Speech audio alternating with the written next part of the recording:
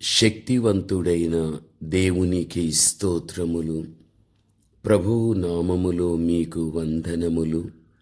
2026 June 1వ తారీఖు ఏర్పరచబడిన దైవవాక్యం యెషయా 43:2.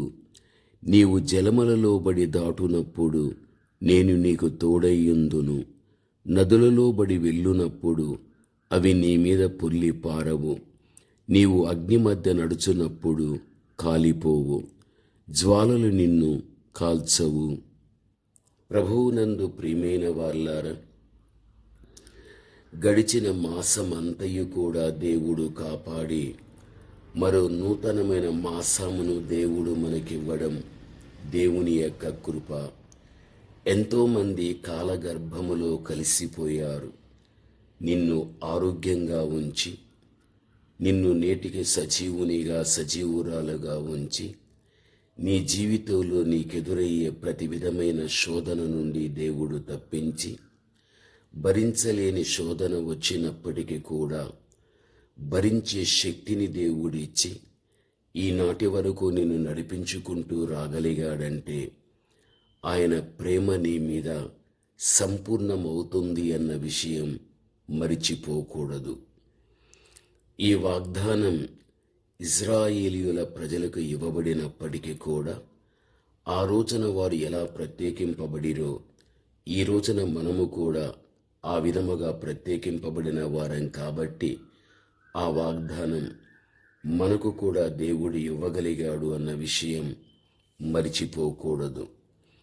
దేవుడు మనకిచ్చిన వాగ్దానాలు అవన్నీ కూడా మనము గట్టిగా పట్టుకొని దేవుని యొక్క సన్నిధానములో మనం ప్రార్థిస్తూ ఆ వాగ్దానం మన పట్ల కార్యరూపము దాల్చటానికి ఆయన సహాయాన్ని మనం ఎప్పుడు కూడా కోరుకునే వ్యక్తులుగా మనం ఉండాలి.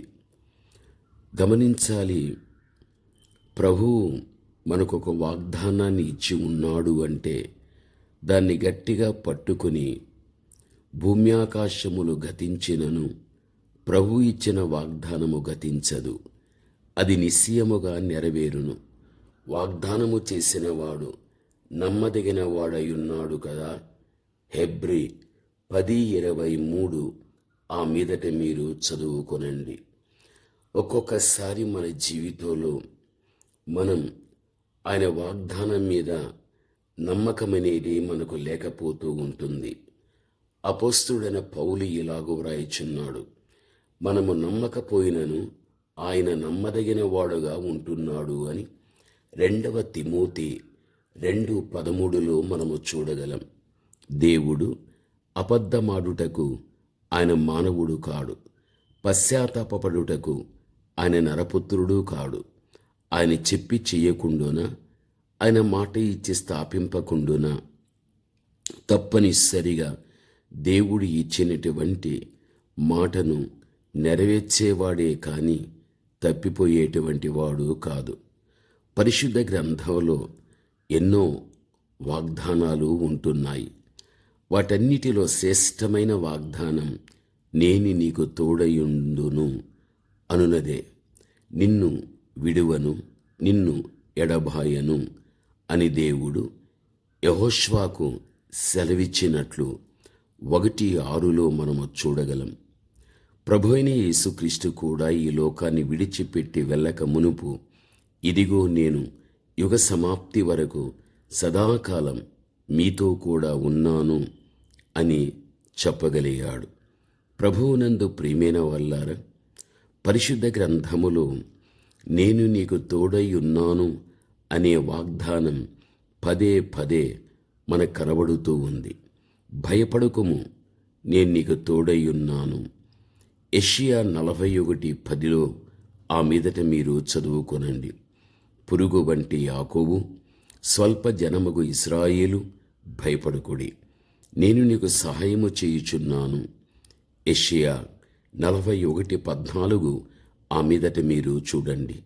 పర్వతములు తొలగిపోయినను, మెట్టలు తత్తరిల్లినను నా కృప నిన్ను విడిచిపోదు.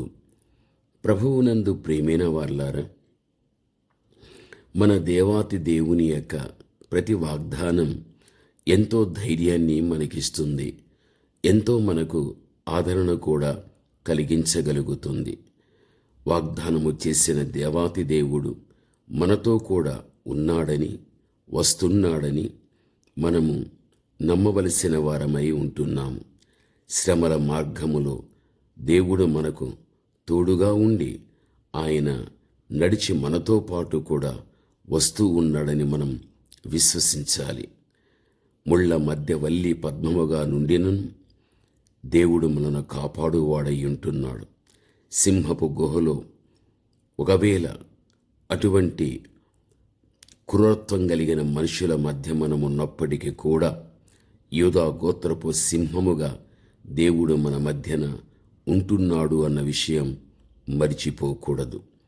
మన వెనుకటి రోజుల్లో ఉన్న భక్తుల యొక్క జీవితాలు చూడగలిగితే ఎన్నో శ్రమలు వారి జీవితానికి ఎదురు కాగలిగాయి. అయినను దేవుడు వారితో ఉండడమే కానీ ఆ ఉన్నటువంటి దేవుడు వారితో కూడా నడుచుకుంటూ వెళ్ళి వారిని కాపాడినట్లుగా మనము చూడగలం. అగ్నిగుండములో దేవాతి దేవుడు ముగ్గురి మధ్యన 4వ వ్యక్తిగా దేవుడు ఉంటున్నాడు అన్న విషయం మనం మరిచిపోకూడదు. అందుకే నిన్నైనా నీ పిల్లలైనా విడువడు, ఎడబాయడు. ఆయన తన వాగ్దానాన్ని పదే పదే మనకు చెబుతూ మనకు ఆ వాగ్దానాన్ని ఇస్తూ ఉంటున్నాడు. కావున ఈ యొక్క నూతనమైన మాసం మొదటి దినాన దేవుడు నీకిచ్చినటువంటి బలమైనటువంటి ఈ వాగ్దానాన్ని నీవు స్వతంత్రించుకుని దేవుణ్ణి మహిమపరిచేటువంటి కుమారుడుగా, కుమార్తెగా నీవు ఉండాలి. ప్రార్థన. పరమతండ్రి అయిన మా దేవ, నమ్మదగిన దేవుడవయ్యా, దేవా, మమ్మల్ని వెనకటి రోజుల నుంచి మమ్మల్ని కాపాడుతూ ఈ నూతనమైనటువంటి ప్రభా మాసాన్ని మీరు మాకిచ్చినందుకు మీకు స్తోత్రములు, స్తోత్రములు, స్తోత్రములు, స్తోత్రములు. దేవా, మీ మాటలు వినుచున్న మీ బిడ్డలను ధైర్యపరచండి. మీరే బిడ్డలను నడిపించండి. దేవా, బిడ్డల వ్యక్తిగతంగా, కుటుంబ పరంగా ఆశీర్వదించండి. యేసు నామములో ప్రార్థన చేస్తున్నాము తండ్రి. ఆమేన్.